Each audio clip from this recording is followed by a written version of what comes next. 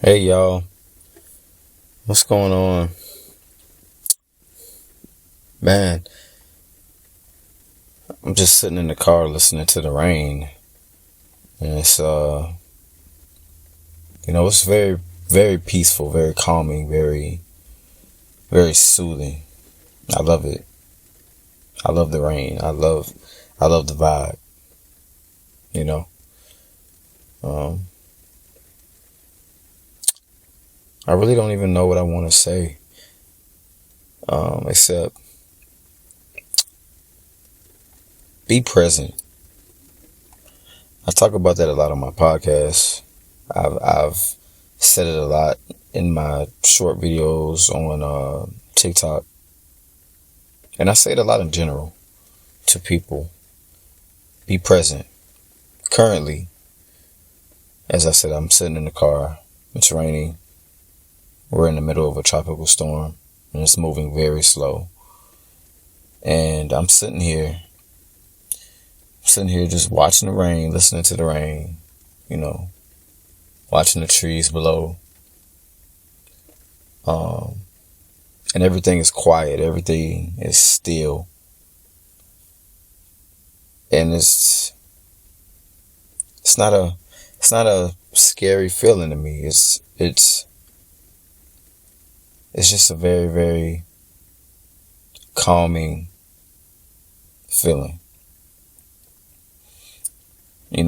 and when we're too tied up, when we're too tied up in our devices, or when we're too tied up with TV, or too tied up with whatever it is, it takes us away from the present moment and what we have right now. It can be sunny outside, the birds can be chirping, the sun can be shining, or it could be stormy, or it could just be windy, or it can be nighttime and the stars are shining bright. It could be a full moon. And we can all miss those moments. We can miss those feelings of excitement, or feelings of bliss and gratitude, because we're too busy texting. We're too busy scrolling. We're too busy watching someone we may know or not know, or it could be a celebrity. And then we immediately become unhappy in our life because we're not where they are. We're not as happy as they appear to be. So we start comparing ourselves, and then we do other things to try to get our mind off of those feelings and those thoughts and those misconceptions that we have. And it blinds us from what's going on. It blinds us from the things that matter the most. I feel like, or I should say, I know that if we do not take the time to be more thankful, to be more grateful, if we don't take the time to just stop and pause and slow down, we are going to miss out on the beautiful things that God has blessed us with. We're going to miss out on the smallest details that we never pay attention to, because we're always so locked in.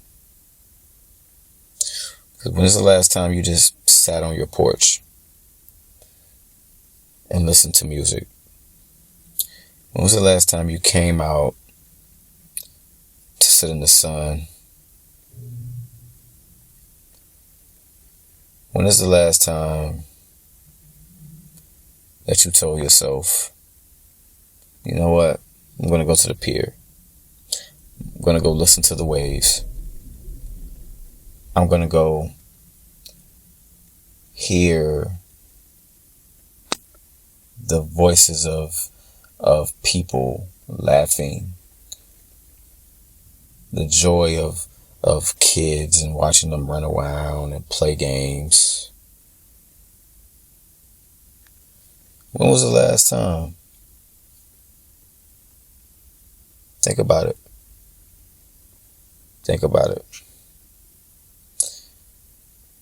When was the last time that you shut your phone off and you put it away? I put it on silent or DND. When was the last time you put your phone away? Turned it off, put it away.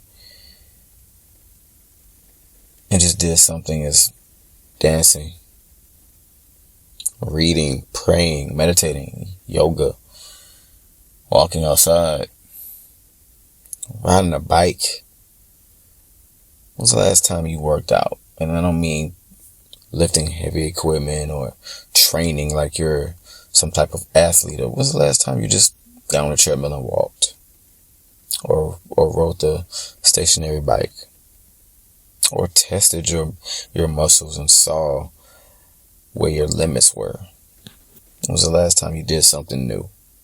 Something that requires you to step away from your phone and focus on what you are doing. When's that last time?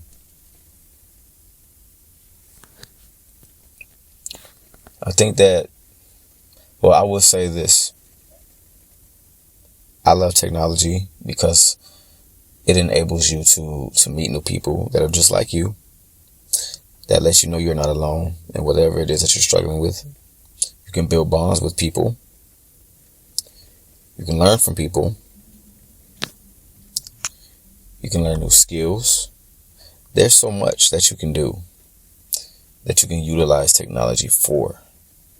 So I am grateful for some of the ever more evolving technology experiences. But I will say that a lot of us need to find balance with technology, with social media. We have to have that fine balance between, being on social media and all of that good stuff. But then also being more present with people, being more in tune with our feelings, and working on our mental health, and not allowing what we see to affect the way that we live, whether it's news and politics, or whether it's what couple just broke up, or who just achieved this amazing thing, who just got this job, how much money you don't have because you see this person has, a huge stack. We have to eliminate the negativity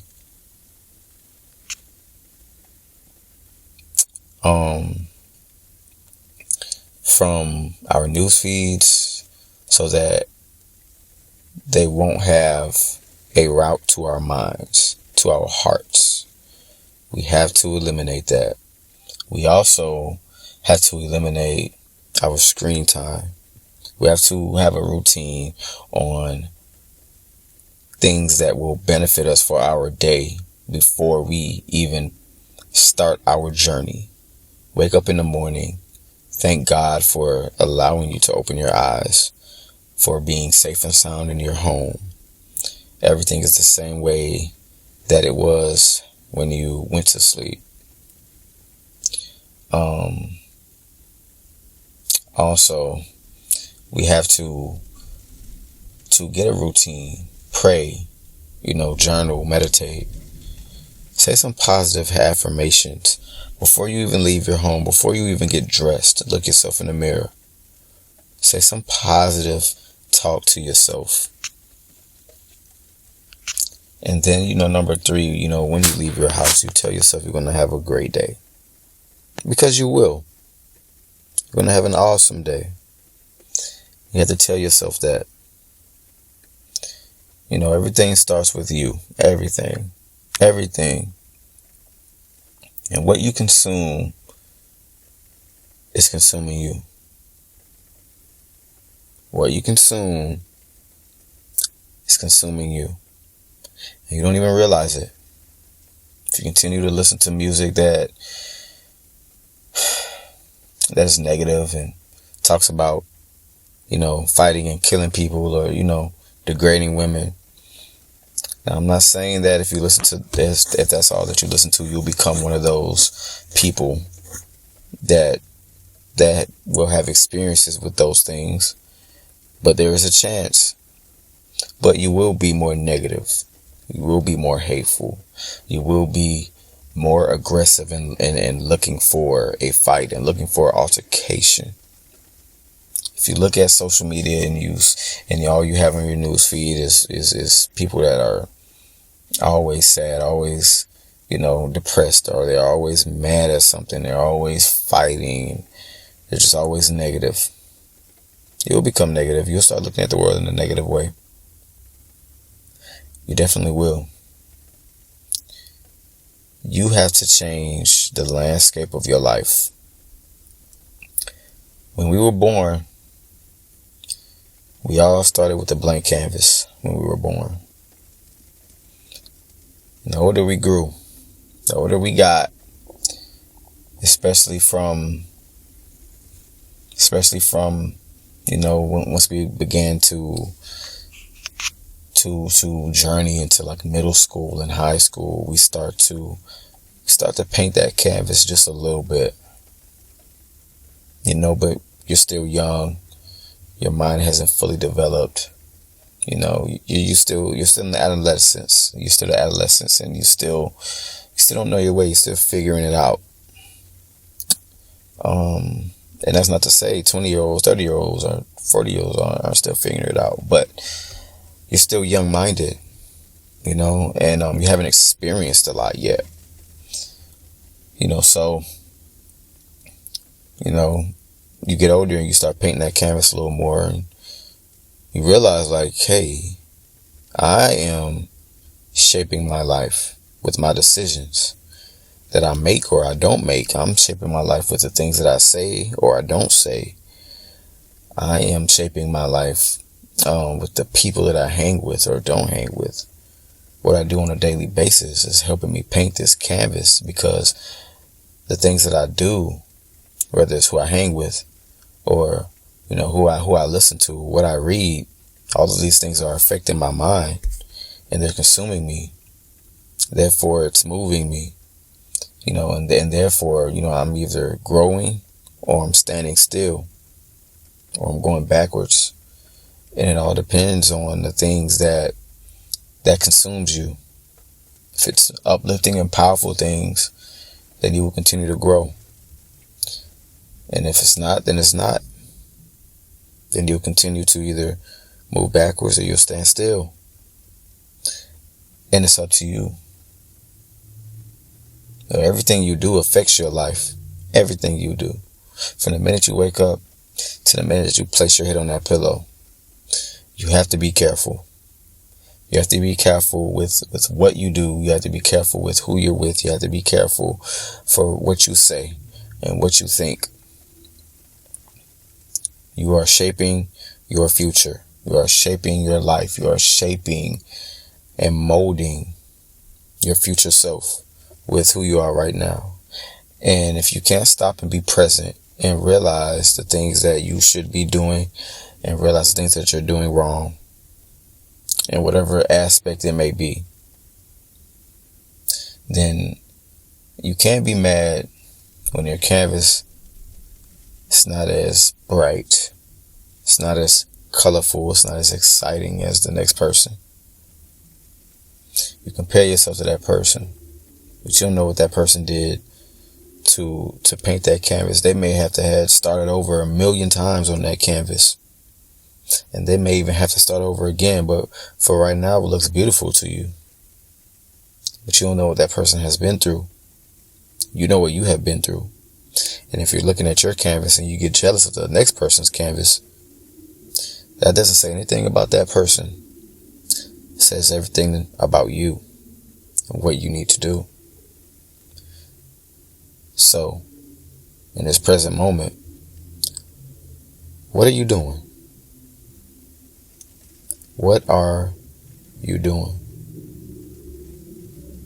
Think about that. Catch y'all next time. Peace.